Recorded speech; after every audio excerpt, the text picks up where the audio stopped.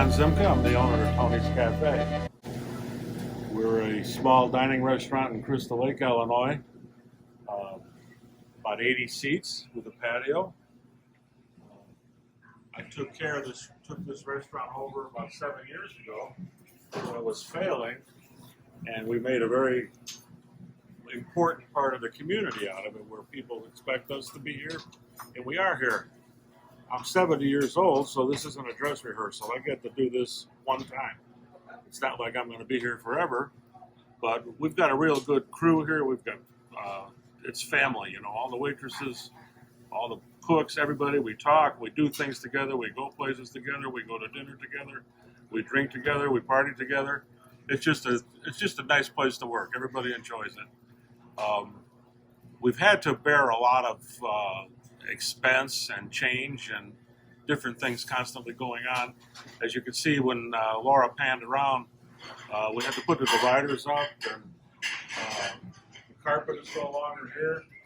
We were in the process of changing the floors and taking care of that when this all hit. So we've got some things to fix, and we've got some bills to pay, and we've got some catching up to do. One of the things that we're really proud of is that you can see up here, we've got some accolades. We were voted one of the best breakfasts in McHenry County, the #2 soup in McHenry County, which is good, because it's not good to be #1. You always got something to work towards. But we're, day by day, we're going through this and just hanging in as best we can. And I don't know how well we can or for how long we can. I'm sure, 7 years here is important, but we'd sure like to make it to the 8th one, and I think we can do that with some help. We've got some more things that we got planned, and some things we want to get the weather. As you know, we're in the Chicago area. You can see by the snow outside, it's not something that we can do very well outdoors. We've got a beautiful patio outside. Right now it's looking pretty desolate. We'll take a walk out there, and we can see what you think of that. But still got a lot of work to do out there, and we can't complete it or get it going until the weather cooperates with us. This is our patio, which is extremely popular in the summertime and beautifully decorated with flowers and so on. And it's not much use to us right now, but it's something that we're looking forward to using.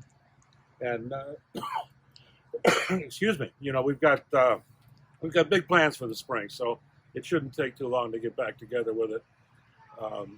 I know as part of my application, I won't talk you to death, but as part of my application process, I've kind of told our story. We have some issues that we've had to deal with over the past few months.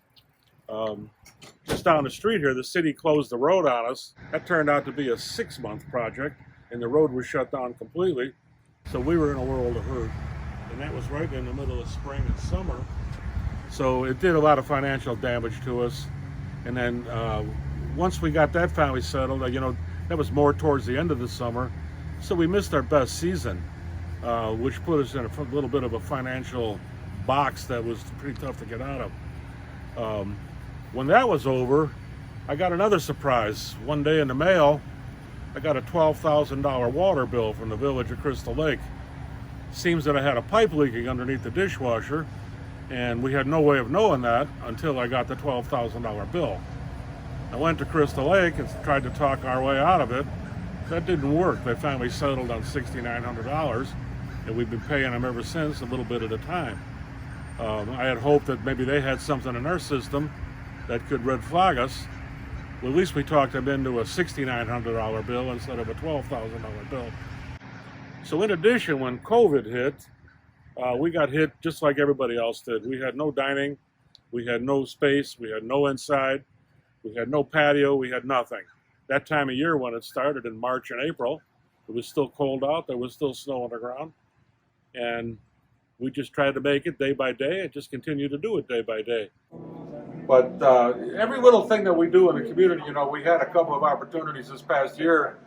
In the beginning, we were still able to do some things, and we decided to do a fundraiser so that we could raise some money to feed some families at the beginning of this COVID that were a lot worse off than we were. And I was amazed at how many people did need the help. We were able to raise over $5,000 just by small donations from people, and we also went into our own pockets to feed about 15 different families. You know, and it worked out really well. And you know, for the longest time, I never saw anything like that until I saw little kids and moms standing on their porches of big, beautiful homes because their husbands were out of work and had no food to eat. And that just shouldn't happen during our time here. Recently, we also were able to raise a bunch of money for the local food pantry. We ended up, we had Santa Claus here over Christmas time. Outside, we had a tent set up and so on. And we were able to turn that into a fundraiser for the food pantries. And we ended up, I believe it was somewhere around 625 pounds of food total for the local food pantries. And it's you know, it's kind of a double-edged sword. We're feeding the community in two different ways. One, those that walk through the door, and two, those that can't. But we feel like we're doing a lot of good in the community. We'd like to remain here because it's something that we all love and it's something we're going to continue to do. Thank you very much. We really appreciate whatever you can do for us because it's important that we stay.